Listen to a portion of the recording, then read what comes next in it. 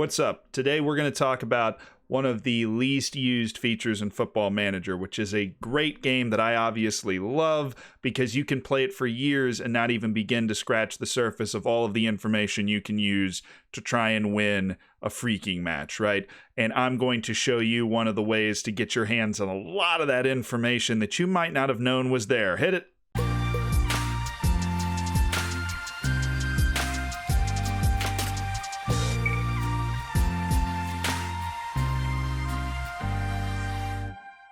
This well-hidden treasure trove of information is courtesy of your data analysts. The data analysts are the people that send you that report in your inbox that got the percentage of where the goals come from and the heat maps and the percentage of when the goals are scored that you might not even read sometimes. Lord knows I don't read it sometimes.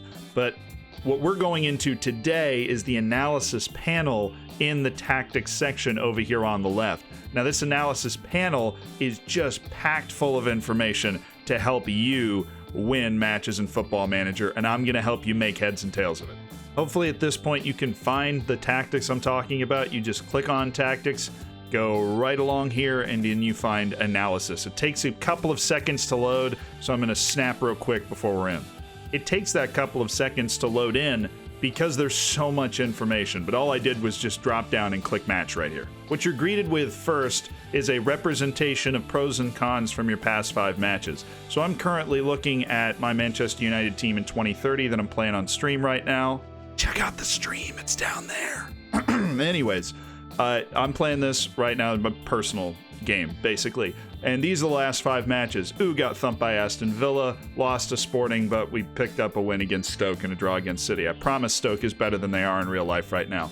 And these pros and cons, or positives and negatives, are drawn from those last 5 matches. And you can read, obviously, each one. This expands upon what you see below your tactic when you're just looking at the tactics screen. So this is not revolutionary. What is super cool is that it doesn't just tell you, you can actually click on it, and then it will show you a visual representation on the pitch of what it's trying to tell you. So touches in the opposition penalty area is a positive.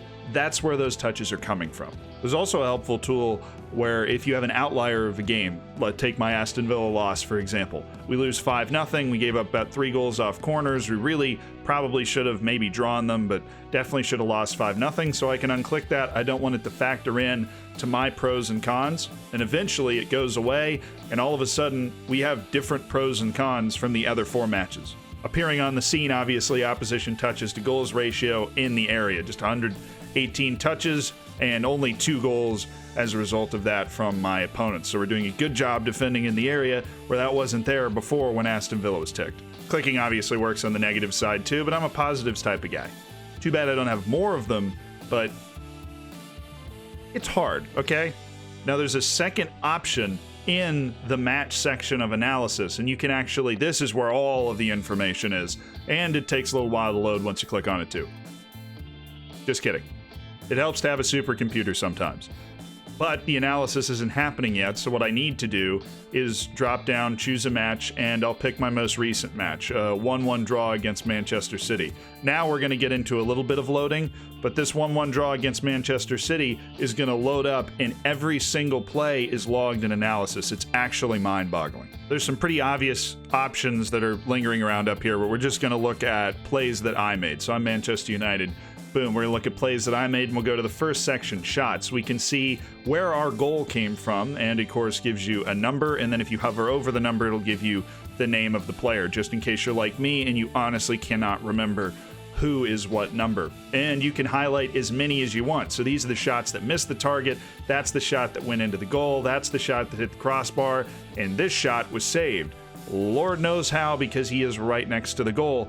Now your highlights are obviously going to show you most of the shots, but even on extended it doesn't show you all of the shots, and there are a couple of other useful features here that can help you see in detail visually what you were taking in during the match. First, for simplicity, you can just click this select all and then boom, deselect all that stuff, but what I want to do is zero in on the goal. Now if I zero in on the goal and hover over Kylian Mbappe and go down and click show linked events, I can look at the entire chain of passing that led to the goal, who was involved and where they were. So 25 is my right back, Simon Davis. He is way up there. So I'm thinking, hey, if I find that I'm consistently scoring goals from this position, I go to analysis after every match, and I see that, look, Simon Davis is starting passing chains.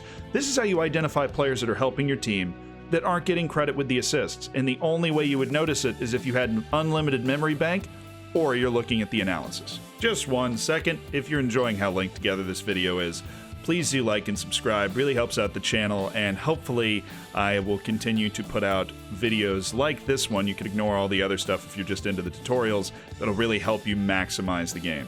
All right, back to the action. I really do just think this is beyond cool, and it does work for both teams. You just have to do a little bit of finagling. You've got to cancel out initially, then go to both, and you can, of course, see the buildup just the same as you could see it with your own team. You see how they were able to score against you, and perhaps you're able to identify different weak spots in your own team. Now we're traveling into the passing section. Passing can get a little jumbled if you look at all of your completed passes, and you might be wondering, hey, why is it even possible to pull up all of your completed passes? Well, guess what? I can tell you. This is obviously useless, but now I'm going to bring your attention to a bunch of things at the bottom. Now, behind this beautiful mug of mine is a 90, and over here, which you can see, is 0. So you can actually narrow down when these passes occurred. Now I'm seeking all of the passes in the second half. Now, behind my head, I've narrowed it down to the last 5 minutes of the match to see all the passes in the last 5 minutes. There are also 2 options in this section called pitch area. Now, if I don't want to look at the whole field, and it automatically is set on whole field, so you're not going to get screwed by that. But if I don't want to look at the whole field, I can look at just the middle third of the field. I can look at this side of the field, I can look at this side of the field, and here I am making a mistake I was about to tell you not to make. You have to deselect all of the other ones so you can have a couple of these selected. And if you deselect all this, then you're all the passes that are on the right in the first 25 minutes. So even when you have the full match and all the passes, it looks jumbled, it can still be incredibly useful. And that slide rule in those pitch areas can be used on every single one of these data points. Underneath the pitch area, by the way, there is a direction setting as well.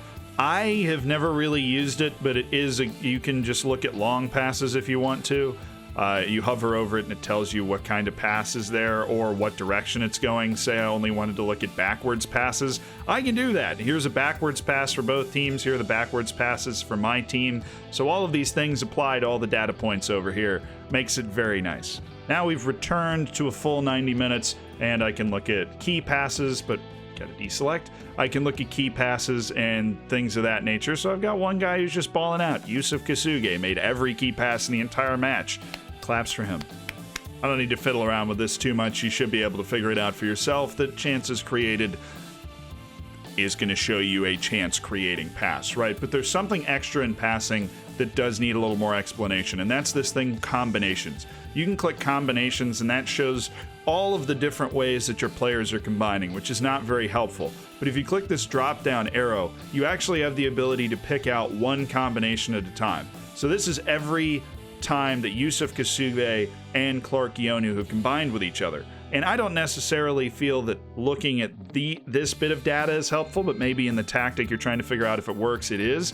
But looking at the different number of combinations in a given match and saying, okay, Yusuf Kasuge and Anthony Clark Ionu have connected as many times as Frank Otto and Rodolfo Giuseppe, which is goalkeeper to center back. So this is the best connection on my team, and these guys should probably be on the field together. Combination's just a fun way and very interesting way to see how your team is getting on, even when you're on extended highlights, when you're not watching. And there are, of course, so many more options as you go down the side. You have crosses, you have aerial challenges, you have tackles, because who doesn't need me to help you read? You have fouls, you have interceptions, set pieces, yeah, scoring chances, which is basically in shots, saves, woo, movement, yes, mistakes, please.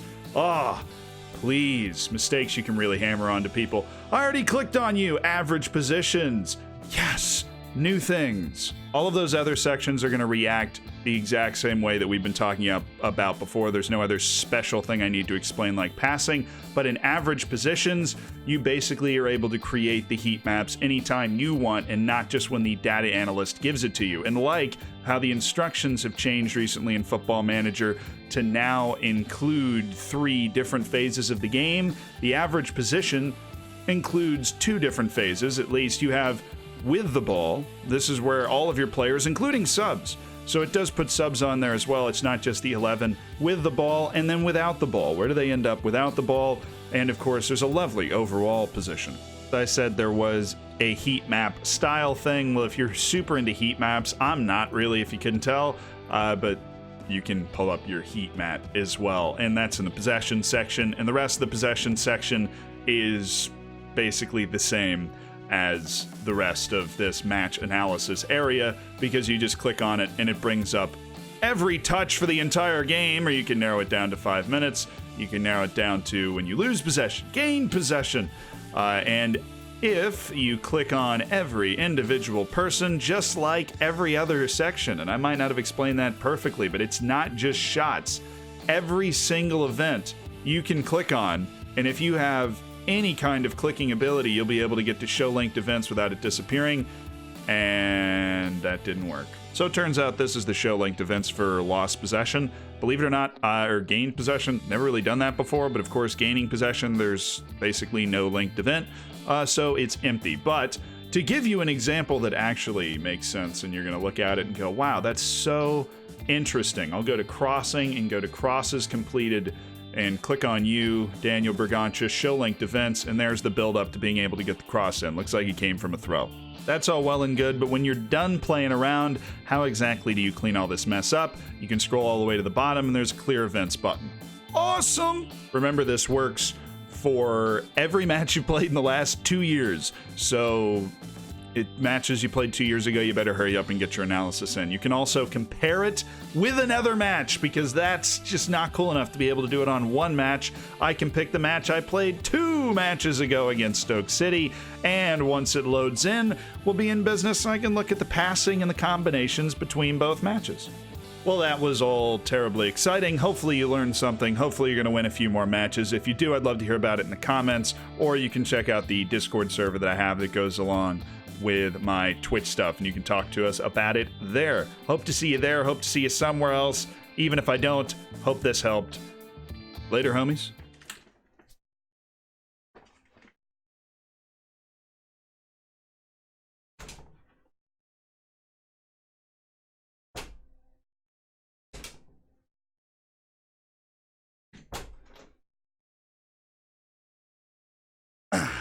Forgot to turn my light off.